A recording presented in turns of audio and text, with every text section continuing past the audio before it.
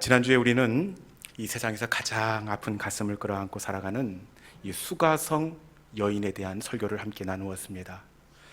이 여인 참 잘 살아보고 싶었습니다. 남편에게 인정받고 가정을 지키기 위해서 부단히 노력했습니다. 그럼에도 불구하고 6 남자에게 거절을 당하고 버림을 받았습니다. 여러분, 한두 번도 아픈데 6번 남편에게 거절당하고 이혼을 당했습니다. 얼마나 가슴이 무너지고 세상 살 소망이 조금도 남아있지 않았을 것입니다. 이런 여인을 우리 주님께서 만나 주십니다. 여러분, 이 정도 되면 우리 주님께서 어떻게 여인에게 접근해야 합니까? 그 마음을 공감해 주시고 이해해 주시고, 그리고 어떻게 하면 마지막 남편과 관계를 잘 회복할 것인지 상담을 해 주셔야 이게 맞는 것 아닙니까? 그런데 우리 주님께서는 그럼에도 불구하고 아버지께 예배할 때가 오나니, 우리 주님은 여인에게 예배를 말씀하십니다. 왜 우리 주님은 가장 아프고 가장 어려운 상황 가운데 있는 여인에게 정말 이렇게 분위기에 맞지 않게 왜 예배를 말씀하고 있는 걸까요? 왜 그럴까요? 그것은 예배가 모든 문제의 해답이 되기 때문인 줄로 믿습니다. 여러분, 하나님은 예배를 통해 우리를 찾아와 주시고 예배 중에 오셔서 우리의 깊은 상처를 만져주십니다. 예배를 통해 눈물을 닦아주시고 예배를 통해 다시 살아갈 용기를 주시기 때문입니다. 진정한 회복은 우리 안에 무너진 예배가 살아나는 겁니다. 예배가 살아나면 우리의 영혼이 살아나게 되어 있고, 영이 살면 어떤 문제와 어떤 인생의 깊은 밤이라도 능히 견딜 수가 있습니다. 이 시간 무너진 우리의 단이 영과 진리로 회복될 수 있기를 주님의 이름으로 축원합니다. 오늘 본문은 이 바울이 고린도 교회에 보내는 2번째 편지입니다. 앞선 편지는 고린도전서, 그리고 2번째 편지는 고린도후서입니다. 우리가 편지를 보낼 때는 목적이 있지 않습니까? 결혼식에 초청하기 위한 목적으로 청첩을 보내고, 군대에 가 있는 아들을 위로하기 위해서 위문 편지를 보냅니다. 모든 편지에는 목적이 있는데, 바울이 고린도 교회에 연이어 또 2번째 보내는 편지에도 목적이 있습니다. 여러분, 바울이 어떤 목적을 가지고 이 편지를 보내는지 우리 5절 말씀에 나와 있습니다. 5절 말씀 한번 같이 읽습니다. 자, 시작. 그러므로 내가 이 형제들로 먼저 너희에게 가서 너희가 전에 약속한 연보를 미리 준비하게 하도록 권면하는 것이 필요한 줄 생각하였노니, 이렇게 준비하여야 참 연보답고 억지가 아니니라. 아멘. 편지를 보낸 목적이 무엇입니까? 연보를 미리 준비하게 하도록, 연보를 미리 준비하게 하기 위해서 이 2번째 편지를 보냈습니다. 연보, 여러분, 연보가 무엇입니까? 연보는 헌금입니다. 그러니까 지금 바울은 고린도 교회에 헌금을 부탁하기 위해 고린도 후서 2번째 편지를 보내고 있습니다. 이 헌금을 어디에 쓰려고 고린도 교회에 헌금을 부탁하느냐? 그것은 예루살렘 교회를 돕기 위해서입니다. 당시 예루살렘 교회가 이 유대인들의 박해가 있었습니다. 그리고 예상하지 못했던 연이은 이 흉년으로 인해서 교회가 굉장히 쪼그라들고 어렵고 궁핍한 가운데 있었습니다. 바울은 이 예루살렘 교회의 어려움을 나누어지기 위해서 고린도 후서를 발송하고 있습니다. 그런데 이 예루살렘 교회의 궁핍을 이해 못하는 것은 아니지만, 여러분, 예나 지금이나 누군가에게 헌금을 이야기한다는 것 어떻습니까? 참 부담스럽고 불편한 일입니다. 오죽하면 신학교에서도 이 헌금에 관한 설교는 가급적 하지 않을 것을 이렇게 신학생들에게 권면할 정도입니다. 그럼에도 불구하고 바울이 헌금을 부탁하는데 도가 지나칩니다. 아주 노골적으로 그리고 굉장히 이 불편한 어조로 고린도 교회의 헌금을 이야기합니다. 바울이 어떻게 헌금을 노골적으로 강요하고 있는지 한번 봐야 되겠죠. 우리 7절에 있는 말씀 같이 한번 읽어봅시다. 7절. 자, 시작. 각각 그 마음에 정한 대로 할 것이요 인색함으로나 억지로 하지 말지니 하나님은 즐겨내는 자를 사랑하시느니라. 아멘. 바울이 어떻게 헌금에 대해서 이야기합니까? 인색함으로 하지 말지니. 인색함으로 하지 말지니. 이 인색함의 원어적 의미를 살펴보니까 아까워하지 말고 헌금하라. 아까워하지 말고 헌금하라. 여러분들은 아까워하지 말고 헌금하라 이 이야기가 어떻게 들리십니까? 제 귀에는 아주 노골적으로 아주 넉넉하게 헌금을 하라 이렇게 부추기고 있는 것처럼 보여집니다. 여러분들이 만약 이 말을 듣는다면 어떤 마음이 들 것 같습니까? 참 불편하고 바울이 나가도 너무 엇나간 것 아닌가 이런 생각을 하지 않겠습니까? 이것도 좀 과한데 바울이 헌금에 대해서 어떻게 이야기를 하고 있느냐, 앞서 읽은 본문 끝에 보니까 하나님은 즐겨내는 자를 사랑하시느니라. 여러분, 이 말씀이 제 귀에는 하나님은 헌금을 하는 자를 사랑하시느니라 이렇게 들립니다. 예루살렘 교회를 돕기 위한 바울의 절박함을 모르는 것은 아니지만 하나님은 헌금하는 자를 사랑하시느니라. 여러분, 이것은 바울이 나가도 너무 나간 것처럼 이렇게 보여집니다. 더군다나 지금 고린도 교회와 바울의 관계를 고려해 보면 지금 헌금을 이야기할 상황이 못 됩니다. 사실 헌금은 관계가 좋을 때에도 이야기하는 것이 참 불편하고 그리고 불필요한 오해를 살 수가 있습니다. 그렇기에 관계가 좋다고 해서 이 헌금을 이야기할 수가 없습니다. 그런데 지금 바울이 헌금을 부탁하는 이 상황은 교회와 이 목회자 바울이 굉장히 감정적으로 뒤틀리고 그리고 그 상황이 정리가 안 된 상황입니다. 서로 감정적으로 왜 이렇게 격해 있느냐? 그것은 이 고린도 교회가 사실 해도 너무한 겁니다. 바울이 원래 고린도 교회의 목회자로 있다가 에베소 교회로 옮겨가게 되는데 바울이 옮겨가고 난 직후에 옮겨간 목회자에 대해서 이 불필요한 이야기들을 교회에서 만들어냅니다. 먼저는 아이고 그동안에 설교라고 설교했는데 참 집사님 설교 듣느라고 애썼어. 이 바울 목사님이 글은 잘 쓸지 모르지만 많이 배워서 설교하는 거 보면 집사님 아마 설교하는 목사님도 모르고 우리 모두 다 몰랐잖아. 그러면서 설교를 가지고 이야기를 꺼내는 겁니다. 또 바울의 외모를 가지고 입방아를 찢는데 아이고 바울 이 목사가 이 독신으로 혼자 지내는 거 다 이유가 있다고.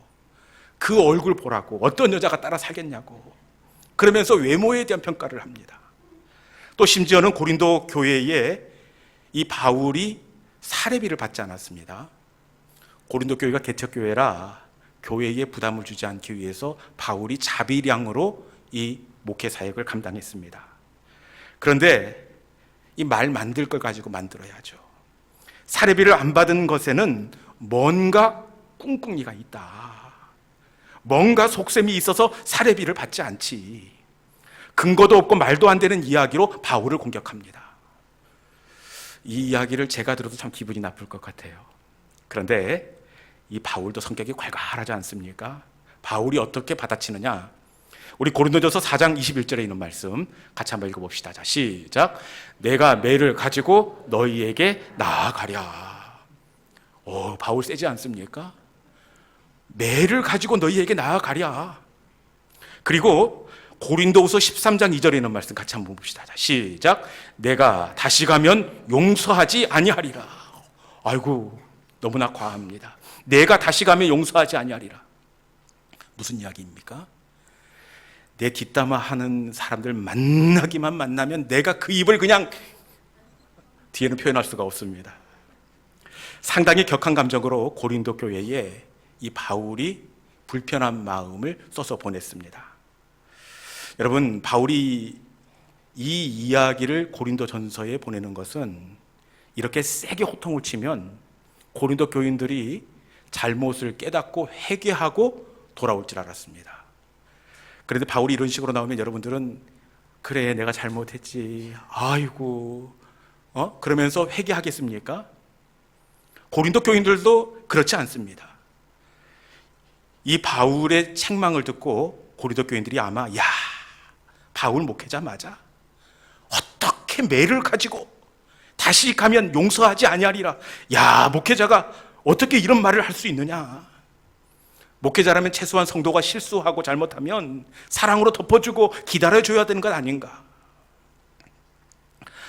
교회는 교회대로 섭섭하고 바울은 바울대로 감정이 많이 상해 있는 상황 가운데 있습니다. 여러분, 바울이 이런 상황을 모르는 것이 아닙니다. 그럼에도 불구하고 오늘 본문에 보니까 고린도 후서의 목적이 어디에 있다고요? 여러 이유가 있지만 오늘 본문에서는 강권해서 헌금을 하도록 이야기하고 있다는 사실입니다. 분위기도 안 되고 고린도 교인들이 부담을 가질 것이 뻔합니다. 그럼에도 불구하고 왜 바울은 이처럼 당당하게 헌금을 강하게 권면하고 있는 것일까요? 왜 그럴까요? 바울이 분위기 파악을 못해서 그러는 걸까요? 그렇지 않습니다. 바울이 이처럼 헌금을 강하게 권면하는 이유는 바울은 헌금이 무엇인지 헌금의 의미를 알았기 때문입니다. 바울이 정의한 헌금, 어떤 의미를 담고 있는지 본문 6절에 있는 말씀 같이 한번 읽어보도록 하겠습니다. 6절, 자 시작. 이것이 곧 적게 심는 자는 적게 거두고 많이 심는 자는 많이 거둔다. 아멘. 바울이 헌금에 대해 어떻게 이야기합니까? 적게 심는 자는 적게 거두고 많이 심는 자는 많이 거둔다. 무슨 말씀입니까? 헌금을 씨를 심는 것이라고 이야기하고 있습니다. 바울은 헌금이 씨를 심는 것인 줄 알았기에 자신 있게 헌금을 강권할 수가 있었습니다. 여러분, 우리가 드리는 헌금은 씨앗이 되는 줄로 믿습니다. 이 씨앗의 특징이 있는데 씨앗의 특징이 무엇입니까? 적게 심는 자도 거두고 많이 심는 자도 거둔다. 씨앗의 특징은 반드시 열매가 되어 돌아온다는 사실입니다. 그런데 씨앗은 열매가 되어 돌아오되 하나를 심어 하나를 거두는 것이 아닙니다. 언제나 몇 배의 결실로 돌아오게 되어 있습니다. 그 작물 중에 가장 적게 돌아오는 그 소출 작물이 있는데 그것이 바로 마늘이라고 합니다. 마늘. 여러분, 마늘은 한쪽 심으면 몇 쪽이 돌아오죠? 6쪽이 돌아옵니다. 5배로 늘어나는 겁니다. 5배. 그리고 옥수수 하나를 심었을 뿐인데 옥수수는 몇 개로 돌아올까요? 제가 세어보다가 어려울 것 같아서 사진을 준비했습니다. 한번 보십시오. 어이구, 여러분, 옥수수 하나를 떼어서 심었을 뿐인데 다 세기도 어려울 만큼 풍성한 열매로 돌아오게 되어 있습니다. 여러분, 헌금은 씨를 심는 겁니다. 반드시 풍성한 열매로 돌아오게 될 줄로 믿습니다. 저의 예를 들어서 조금은 조심스러운데, 전에 전임 전도사 사역을 마치고 부목사로 처음 부임한 서울의 교회가 있었습니다. 교회 주변이 재개발로 이렇게 개발이 되면서 교회도 새롭게 건축을 해야 했습니다. 건축하면 여러분들 뭐 하죠? 작정헌금. 여러분들도 하셨죠? 예, 저도 했습니다. 작정헌금을 하는데 마음속에 오는 감동이 얼마를 할까 하다가 1,000만 원을 약정을 했습니다. 그래 1,000만 원을 작정하고 이 달달이 일정 부분 이렇게 헌금을 채워 나가는데 300만 원 정도 이렇게 헌금을 했을 때 이 교회를 다른 교회로 옮겨가야 할 상황이 되었습니다. 서울에서 평택으로 옮겨오게 되는데 이 교직에 있던 사모가 전근을 할 수 있는 기간을 넘겨버리고 말았습니다. 그래서 어쩔 수 없이 휴직을 하고 이렇게 지방으로 내려오게 되었습니다. 막내는 초등학교, 두 딸은 중학교, 고등학교. 여러분, 한참 아이들이 돈이 들어갈 때입니다. 부교역자 사례비를 가지고 아이들 학원을 보내고 또 살림하는 것, 사모가 휴직을 하니까 이게 굉장히 부담이 되는 겁니다. 그래서 괜히 돈 때문에 스트레스 받지 말고, 그리고 나중에 아내가 복직을 하면 천천히 갚을 수가 있으니까 일단은 은행에서 대출을 하자. 계산을 해봤더니 한 2천만 원 정도는 있어야 할 것 같아요. 그래서 일단 2천만 원을 대출해서 이 복직에서 천천히 갚기로 그렇게 했습니다. 그러다가 막상 2천만 원이 통장에 들어오니까 왜 그런지 모르겠는데 남겨놓고 온 건축원금 700만 원이 자꾸만 생각이 나는 겁니다. 여러분, 이 돈이 여유로 생겨난 돈이 아니라 아이들과 우리 식구들이 이 아내가 복직할 때까지 어떻게든 버텨내야 하는 돈입니다. 남겨놓고 온 건축원금 700만 원, 여러분 이거 해야 합니까? 모른 채 해야 합니까? 해야 돼요? 남의 일이라고 너무 쉽게 이야기하시는데 여러분 참 쉽지가 않습니다. 사실 제가 지금 그 교회에 있는 것도 아니고 떠나온 부목사가 건축원금 다 못 채우고 왔다고 뭐라고 할 교인들은 아무도 없습니다. 그런데 마음속에 계속해서 건축원금 700만 원, 건축원금 700만 원 이게 생각이 나는 겁니다. 여러분, 이 돈은 사실 내 통장에 있지만 내 돈이 아니라 아이들의 책가방입니다. 이 돈 내고 나면 우리 가족들이 쪼들리면서 살 것이 불보듯 뻔합니다. 그런데 어떻게 했겠습니까? 그래, 하나님과 한 약속이니까 보내야지. 이렇게 결정을 했습니다. 아무리 목회자라고 하지만 마음이 결정이 되었지만 참 갈등이 되고 이 겁이 덜컥 나는 겁니다.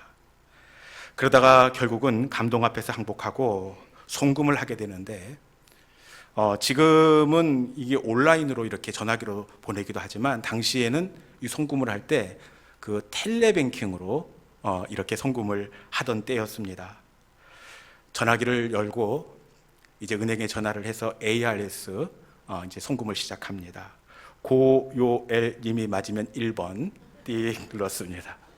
그러다가 순서가 진행되면서 고요엘님 통장에서 땡땡 교회로 700만 원 송금이 맞으면 1번, 틀리면 2번 이렇게 나오는 겁니다. 여러분, 이때까지도 누를까 말까 얼마나 가슴이 떨리고 겁이 나던지. 그러다가 눈 딱 감고 송금 1번을 눌러 송금을 하였습니다. 여러분, 이렇게 송금하고 나면 이 헌금이 씨앗이라며요. 심으면 반드시 열매가 되어서 찾아온다고 하는데 돌아오는 것은 쪼들림이었습니다. 그리고 헌금을 심으면 하나님께서 열어주시고 보충하여 주실 줄 알았는데 사실 담임 목회 임지를 지원하는 곳마다 저를 떨어뜨리는 겁니다. 얼마나 낙심이 되고 실망이 되던지. 그러다가 어떤 생각을 하느냐, 여보, 아무래도 이 담임 목회 청빙이 뜻이 아니라 내 스타일 알잖아. 나 개척 스타일이잖아. 교회 개척이 하나님의 뜻인 것 같아. 이 아내와 만약에 이번 해 안에 청빙이 안 되면 우리 교회를 개척하자 하고 결정을 내렸습니다. 여러분, 그런데 어떻게 되었습니까? 떨면서 심었던 그 건축 헌금이 우리 시온 영광교회로 열매가 되어 돌아오게 하신 줄로 믿습니다. 그때는 두렵고 떨린 마음으로 눈물을 흘리면서 씨를 뿌렸는데 하나님은 그 씨가 우리 교회가 되게 하셨고 사랑스러운 우리 믿음의 식구들이 열매가 되어 만날 수 있게 해 주셨습니다. 여러분, 헌금은 씨앗이에요. 적게 심든지 많이 심든지 반드시 열매가 되어 돌아오게 되어 있습니다. 헌금은 씨를 보고 드리는 것이 아니라 그 너머의 열매를 바라보며 드리는 것입니다. 헌금은 지금을 보고 드리는 것이 아니라 반드시 찾아올 가을을 바라보고 드리는 것입니다. 가을을 바라보기에 씨를 뿌리는 농부는 결코 아까워하지 않습니다. 오히려 기쁨과 즐거움으로 기꺼이 씨를 뿌립니다. 여러분, 가을을 바라보는 성도도 마찬가지인 줄로 믿습니다. 가을을 바라보는 성도도 기쁨과 즐거운 마음으로 물질을 드릴 수 있습니다. 여러분, 드려지는 예물이 아니라 돌아올 풍성한 가을을 바라볼 수 있기를 축원합니다. 가을을 소망하며 기쁨과 감사로 씨를 뿌릴 때 우리 하나님은 반드시 우리에게도 추수의 기쁨을 허락해 주십니다. 예물을 드릴 때마다 씨가 아니라 풍성한 열매를 바라볼 수 있기를 축원합니다. 씨가 아니라 가을을 바라보면, 여러분, 농부가 씨를 뿌리면서도 얼마나 즐겁고 행복해하고, 그리고 그 가을을 기대하면서 이렇게 즐거워합니까? 우리가 예물을 드리는 것도 마찬가지예요. 예물이 아니라 내게 찾아올 결실의 계절 가을을 바라볼 때에 우리도 역시 기쁨과 감사와 소망으로 하나님 앞에 즐겁게 예물을 드릴 수가 있습니다. 우리가 예물을 드릴 때마다 이 예물이 아니라 이 예물로 통하여 맺혀지게 될 그 가을을 기대하면서 기쁨과 즐거움으로 하나님 옆에 나아가는 우리 모든 믿음의 성도들이 될 수 있기를 주님의 이름으로 축원합니다. 이 시간에 우리 함께 마음에 주신 말씀을 품고 우리가 함께 찬양으로 결단하며 나아가겠습니다. 하나님 앞에 물질을 드리면서도 어떨 때는 염려가 되고, 그리고 이 물질이 조금은 부담이 될 때가 있습니다. 그런데 이 물질은 씨앗이라고 말씀하시는데, 그렇기에 우리가 이 물질을 드릴 때마다 하나님, 우리에게 찾아올 가을을 바라보게 하여 주옵소서. 두려울 때도 힘이 되어 주시고, 풍파 가운데에서도 어려움 가운데 있을지라도 우리 하나님이 우리를 지켜주시고 채워주시고 돌아오게 하신다는 그 말씀을 붙잡고, 하나님 아무것도 두려워하지 않겠습니다. 주님, 저도 제게 찾아올 영적인 가을을 기대하겠습니다. 우리 마음의 소원을 담아서 우리 아무것도 두려워 말라 함께 찬양하도록 하겠습니다.